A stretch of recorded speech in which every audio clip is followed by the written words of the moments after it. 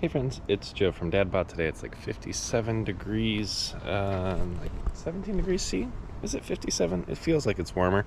It's nice. We have like a 2-mile recovery and we're, I don't know, 8 days post vasectomy. So hopefully less discomfort than Monday's run where we did 3 miles. So let me pop you on my head.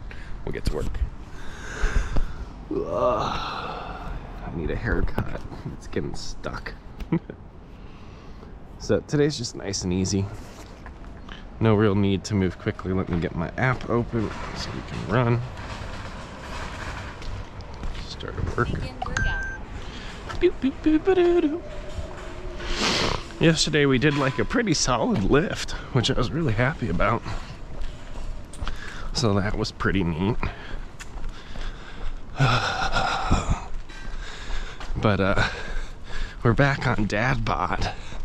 We're doing our first block of the program again, which I'm excited about because I haven't been pushing metal for a while.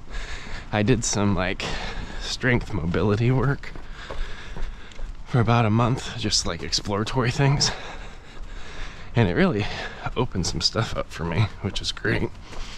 But at the same time, I just miss doing squats and push-ups and normal stuff, so it's kind of fun.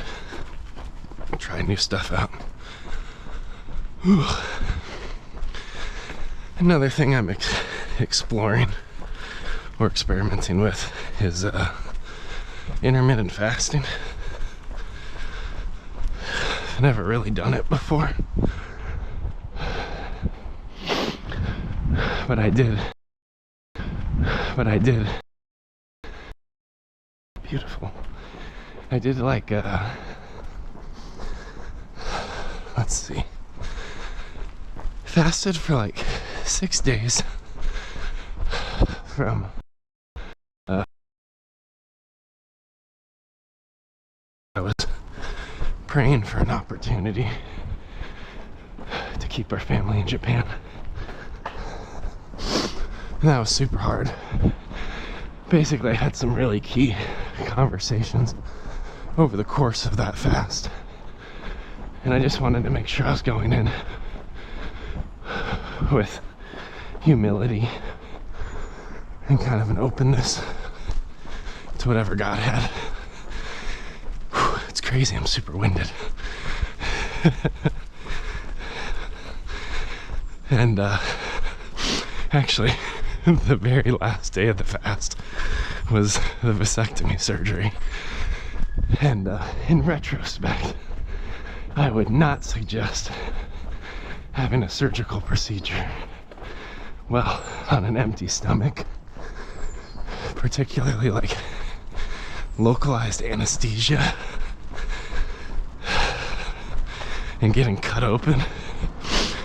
Like, not super pleasant, that's for sure. And especially like after that procedure, I was woozy, and there's one point during the procedure, like you get numbed, you could still feel sensations that aren't right, and then the numbing was a little bit less than what was required at a given point. And so basically, like, I started feeling things like deep tension and pain. Started getting lightheaded during the procedure.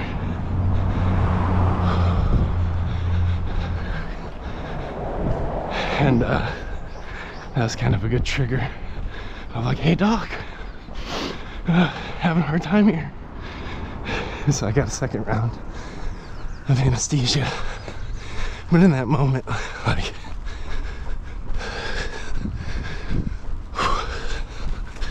it became super tricky to kind of navigate those discomforts and feel like I was gonna pass out. And then even the return trip home in the taxi, I was like, oh man, this is bad.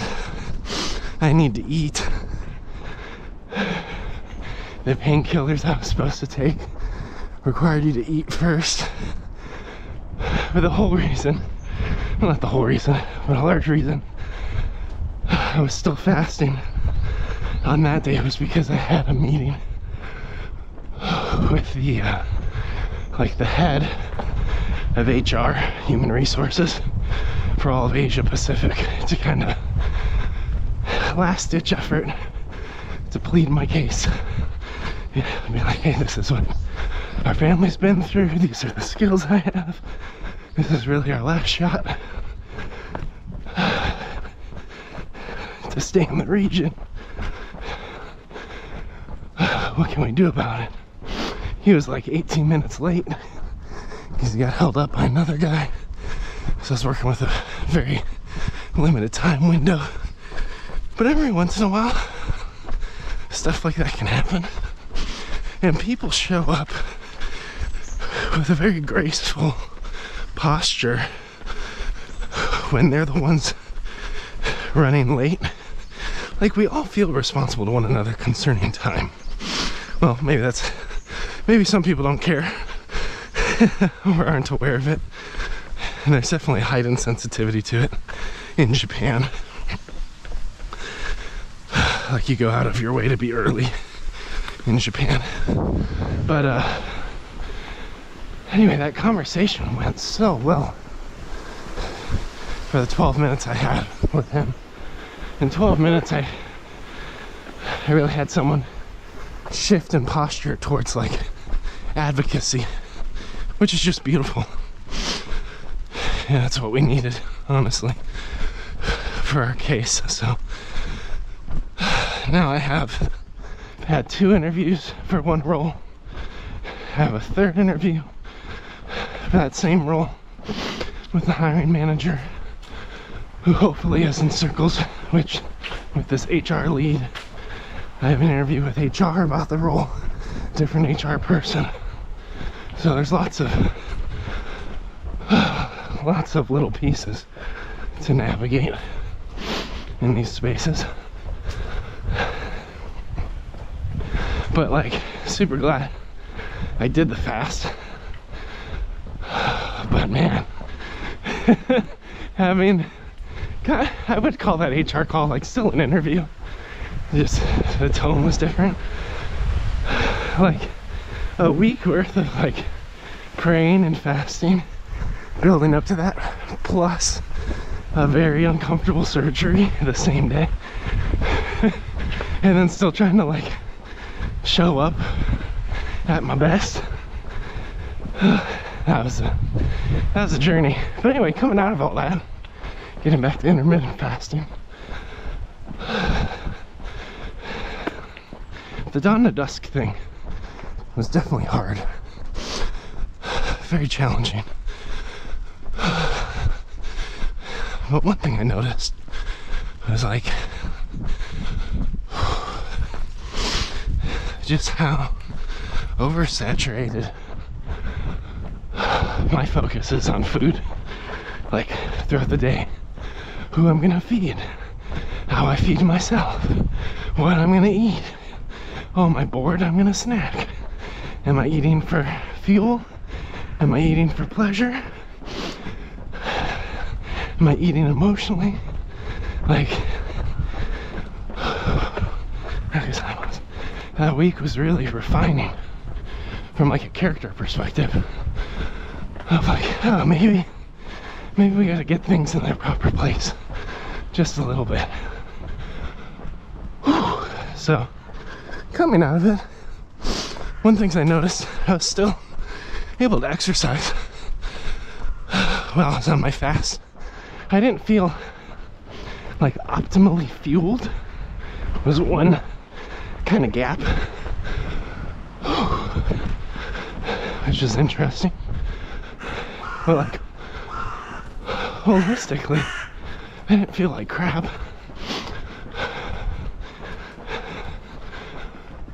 And then I basically had like a narrow food window of at dusk, I would eat a lot.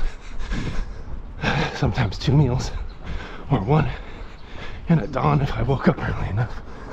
Sometimes I missed dawn. And, you know, like, part of the fast was inspired by Ramadan. Like, I'm not a Muslim, but I studied Islamic studies, and I found that discipline, that the devotion of Islam is really awe-inspiring. I was like, huh, maybe I can pray and fast like that. So it's kind of an honorific adaptation, if that makes sense. Whew. Sore today, sore. Power. And anyway, started researching intermittent fasting because I kind of started to look at it a little bit like a budget. First of all, you gotta be really careful not to tend towards anything eating disorder-esque. Like for me, refuel, super important. We gotta be fueled, or we can't accomplish what we want to accomplish. But it's likely that I tended to be over-fueled and putting crap in my engine all the time. So one of the common intermittent fasts is you give yourself like an 8-hour window to eat, and then you close everything else off around that. And I was like, well, half that should be sleep, right? You should be sleeping 8 hours. And I was like, how do I pick an eating window that causes like the least burden for anyone in my circles, like family, things like that. I was like, well, we typically finish dinner around 7. So what if I end my eating window at 7? Because anything I'm eating after 7, it's typically crap. It's like a lemon sour, sweet, salty things. It's like if we have a potluck party, everyone's done with the main meal, but I'm still grazing over all the little tasty tidbits that folks brought. So I started exploring, like, all right, well, what if that's a cutoff? Is that a healthy spot to cut things off? And I was like, well, from a judgment perspective, am I really adding any fuel or anything good into my life after 7? The honest answer is no. I was like, okay, I can work with that. And it gives me a little bit of bleed over. Like, maybe some days I finish at 7:30 or 8 o'clock. If food or life runs late, sure. I was like, let's rewind by 8 hours, because your eating window, if you're using that methodology, should be around 8 hours. So I was like, 11 a.m. And that was where like the secondary challenge began. Because I was like, oh, I don't know. Can I wait that long? So normally I work out 4:30, 5 o'clock, 6:30. I load up on a big dinner, breakfast.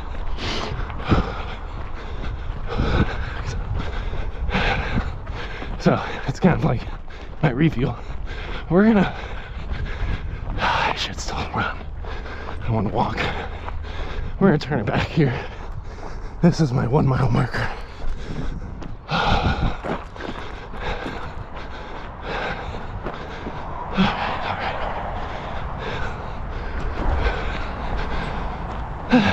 I am only 8 days after surgery, so.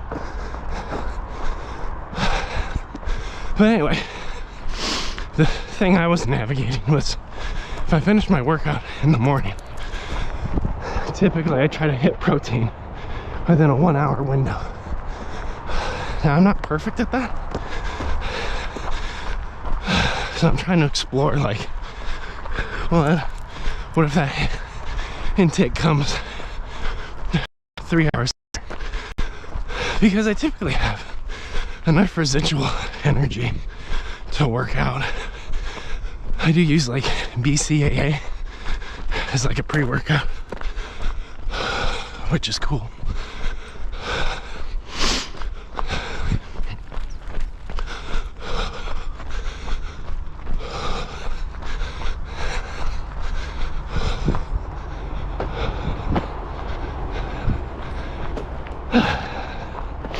So that's kind of the experiment.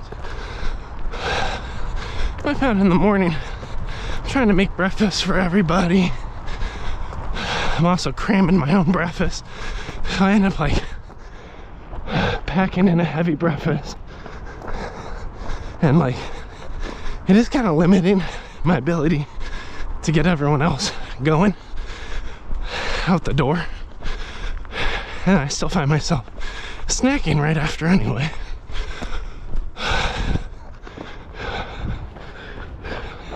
So I started asking questions like, if I'm doing an intermittent fast and we lock in this mindset that refuel or the start of our eating window hits at 11, it means I can work out until 7, get the kids' lunches packed, serve them breakfast. So it's kind of like leaders eat last. Was that Simon Sinek or something? To get my kids breakfast, get them off to school from 7:45, 8:30, and then guide Felicia through her workout from 8:30 to 9:30. Take a cold shower, hot bath, cold shower, 9:30 to 9:45. And that gives me like pinnacle focus from 9:45 to 11 on doing the hardest thing, whether that's for content creation or my day job.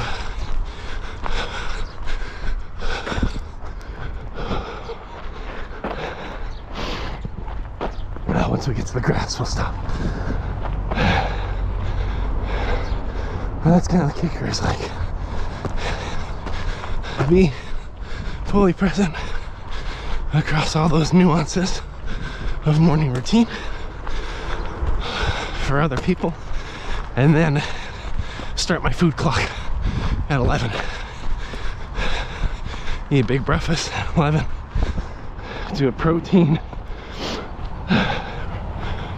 yogurt, protein powder, oatmeal thing around 1 o'clock. Late lunch around 3:30.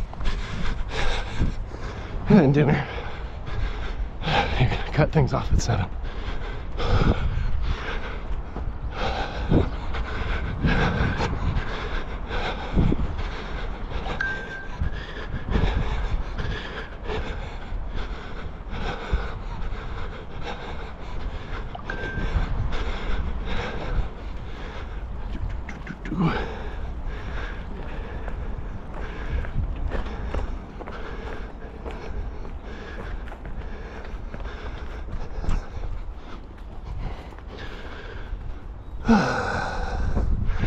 Beautiful, beautiful. That is so nice. I made it, as we always do. So anyway, it's something I'm experimenting with, testing. Now, friends, one thing we do So I come from like a faith context. Running is kind of a spiritual discipline or practice for me. So I normally take like 5 minutes in the middle of my workout just to sit by the river, pray and reflect. So for me, it's kind of seeking discernment over if there's a job for us in Japan or not. So I'll set you down by the river. Now, regardless of whichever faith context or spirituality or lack thereof you come from, you enjoy a little bit of nature, a little bit of contemplation, and I'll pick right back up with y'all as soon as I finish taking care of me, all right? Be back in 5 minutes. Enjoy the quiet.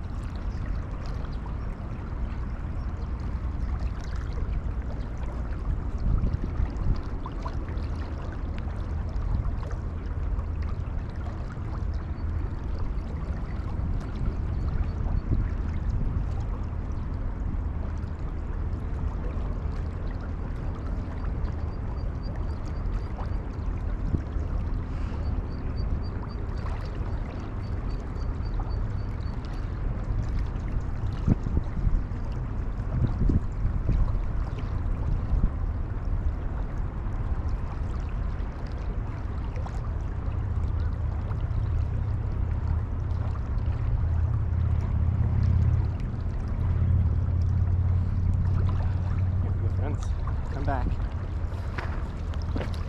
Got my prayer on. Alright. I'll pop you in my pocket. Friends, I'm gonna just carry you because there's a couple people at the top of the hill, and I'll pop you up. That was nice. So much to think about. Alright. Let's get a nice view of the flowers.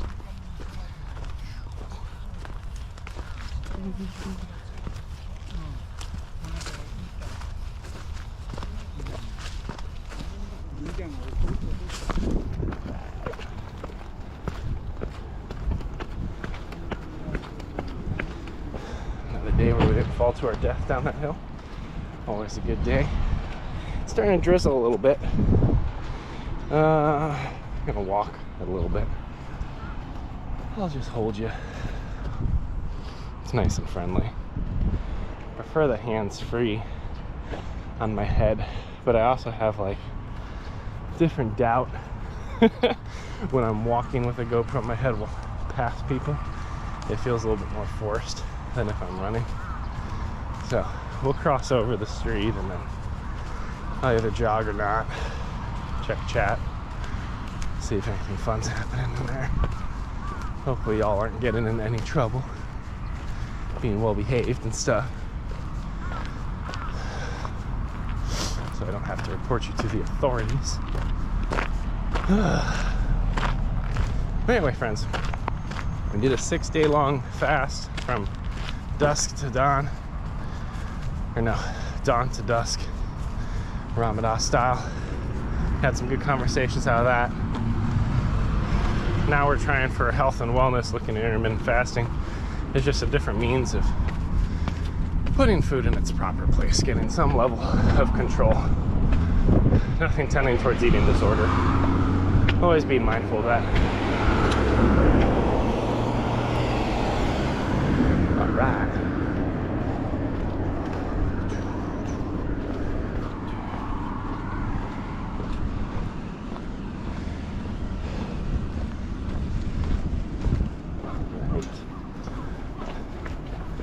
Let's get in good shape. Nice.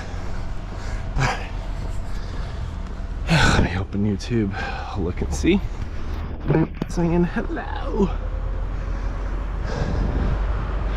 It's a little drizzly. I could probably get away with not putting my phone in a bag yet.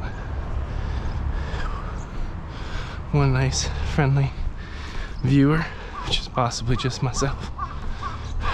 Alright, ready? Let's jog. Nice and easy. Today's recovery, not pushed. The only hurry we're in is because our kids are awake.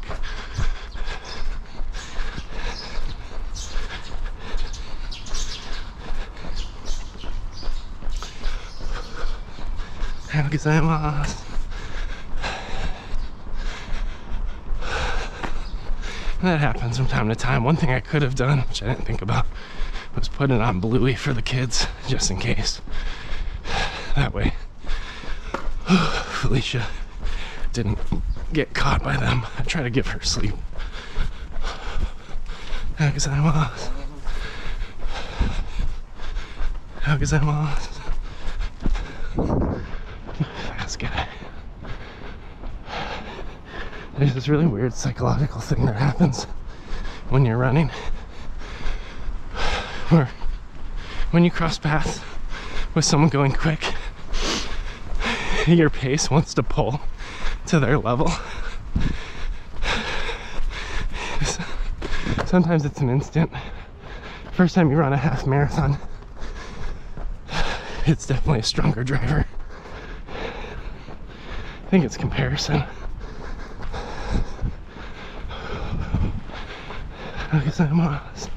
For all I know, it's like a fight or flight thing of like, oh, they're running from a bear. You should run from a bear too.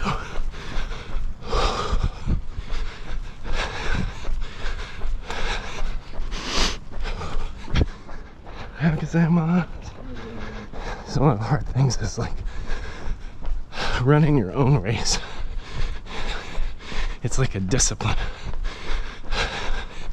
You can't run their pace and you don't know how long they're holding that pace. And everyone's different.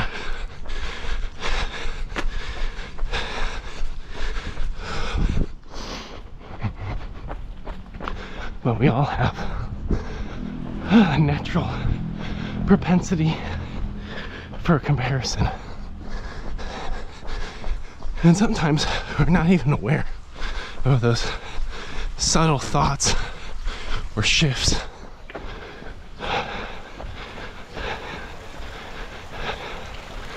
But over time we figure it out. We're like, man, why didn't I finish my 3-mile run?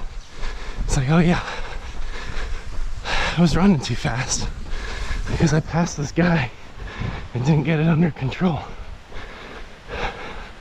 Now, sometimes comparison can actually be a helpful force for good. Okay? It can call us up to a new normal.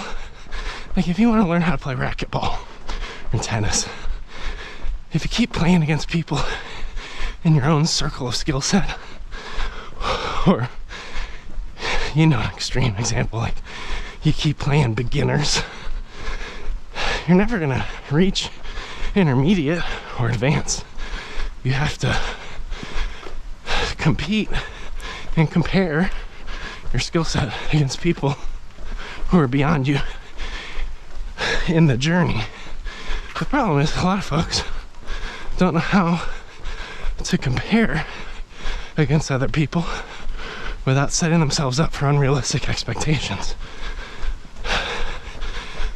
Especially on our quick swipe culture.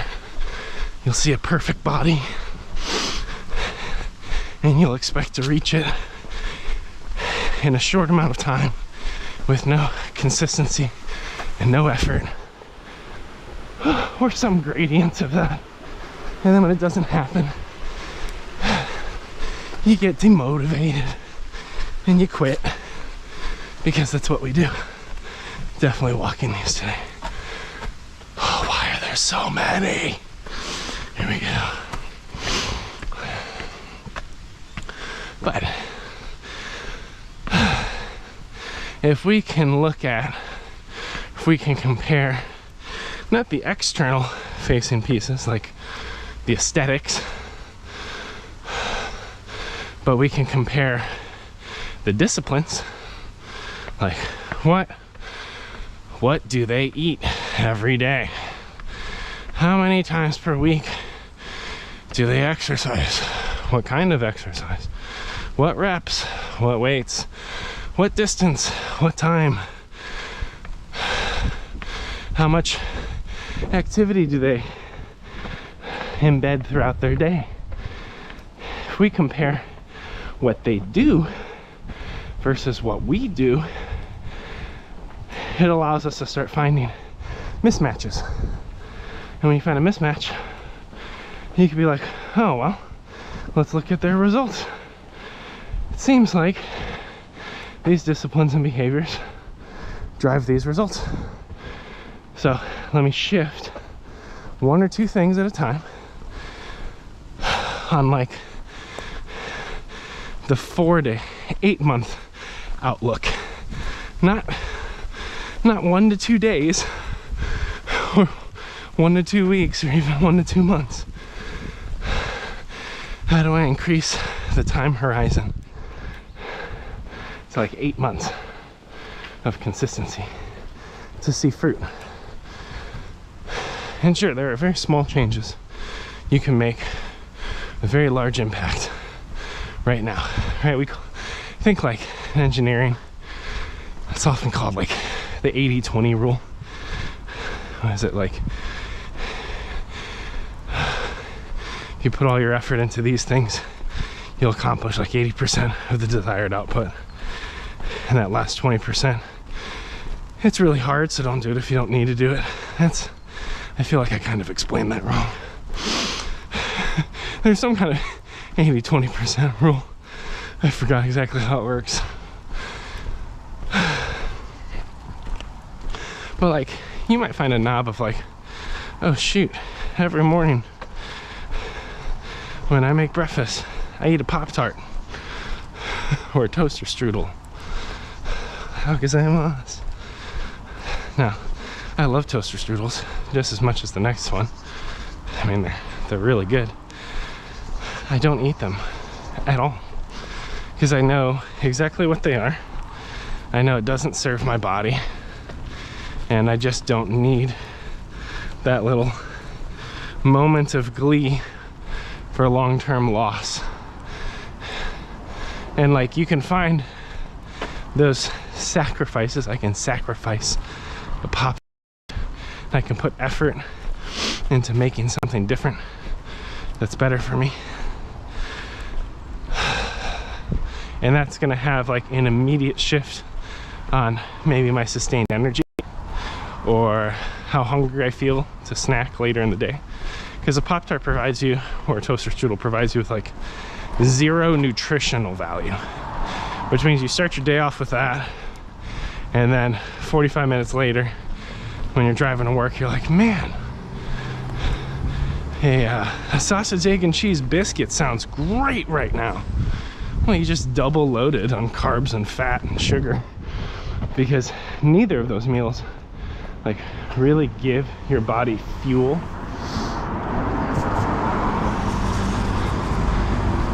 Those are like hibernation meals, right? Especially the last one. Now, luckily for me, McDonald's doesn't really do breakfast in Japan the same way as the US. So it's much easier for me to resist McDonald's. I gave it a good look yesterday. Walked on by. Got a big bowl of ramen instead. By the way, it's a recovery day, so I'm happy walking. There's your thumbnail. A little bit more cars out today.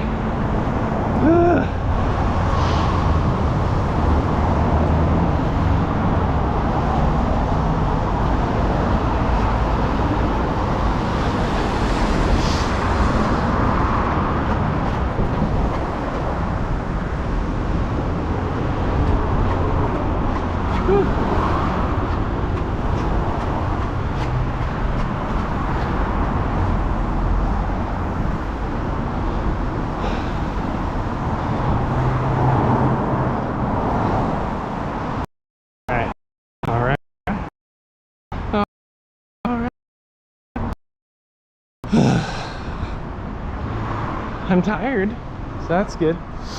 So one thing I haven't really figured out yet when I look at my intermittent fasting, and I think it could be based on my pre-workout and my post-workout drinks I'm doing, but like on an empty stomach with just those drinks, I do get a little bit of like acid reflux, which I want to be mindful of, because if you get excessive acid reflux, like long term, you could burn a hole in your esophagus.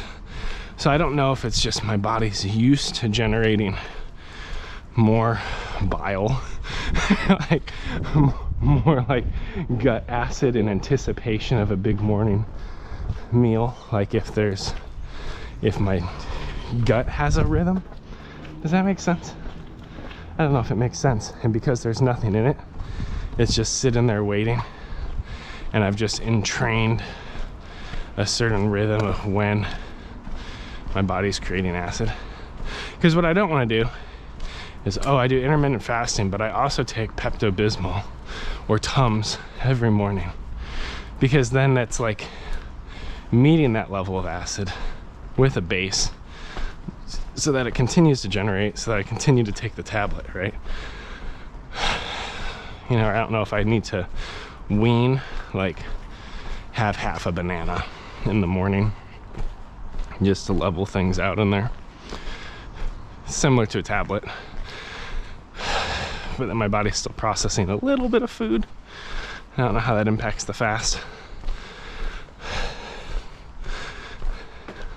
So anyway, there's all these levers, there's all these things I'm playing with, I'm learning, and I don't have full clarity on because I'm not an expert in these spaces. But the idea is, if I learn and share my journey, then one of you might be like, oh, that's a good idea, let me try it, if you see results and it's tested over time.